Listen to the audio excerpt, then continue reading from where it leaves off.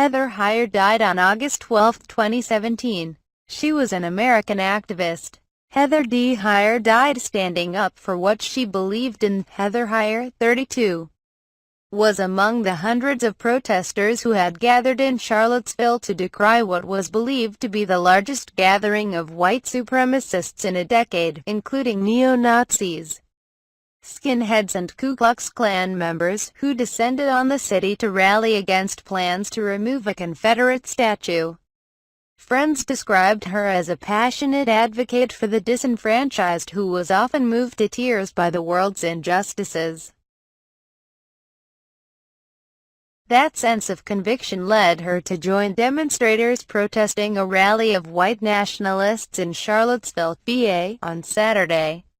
"We were just marching around, spreading love, and then the accident happened," a friend, Marissa Blair, said. "In a split second you see a car, and you see bodies flying." The authorities said Ms. Heyer, 32, was killed when a car driven by a man from Ohio plowed into the crowd. "Heather was such a sweet soul, and she did not deserve to die," Ms. Blair said on Sunday. Others said Ms. Heyer, who lived in Charlottesville, spoke out against inequality and urged coworkers to be active in their community. "Heather was a very strong woman," said Alfred A. Wilson, manager of the bankruptcy division at the Miller Law Group in Charlottesville, where Ms. Heyer worked as a paralegal. "She stood up against any type of discrimination," he said. "That's just how she's always been." Mr. Wilson said in an interview on Sunday that he found her at her computer crying many times. Heather, being Heather, has seen something on Facebook or read something in the news and realized someone has been mistreated and gets upset, he said. A couple of years ago, she was dating someone who became agitated after learning that Mr. Wilson was black and that they were friends.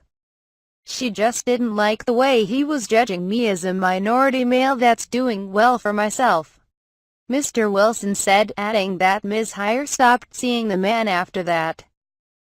"She often posted messages on Facebook about equality and love," said Ms. Blair, who recently left the law firm. "She's always so passionate and she speaks with so much conviction all the time," she said. Mr. Wilson hired Ms. Heyer at the recommendation of a friend. She had a high school diploma but did not have a background in law. Instead, she was working as a bartender and waitress. But he said she had an eye for detail and was a people person. She died at 32 years old.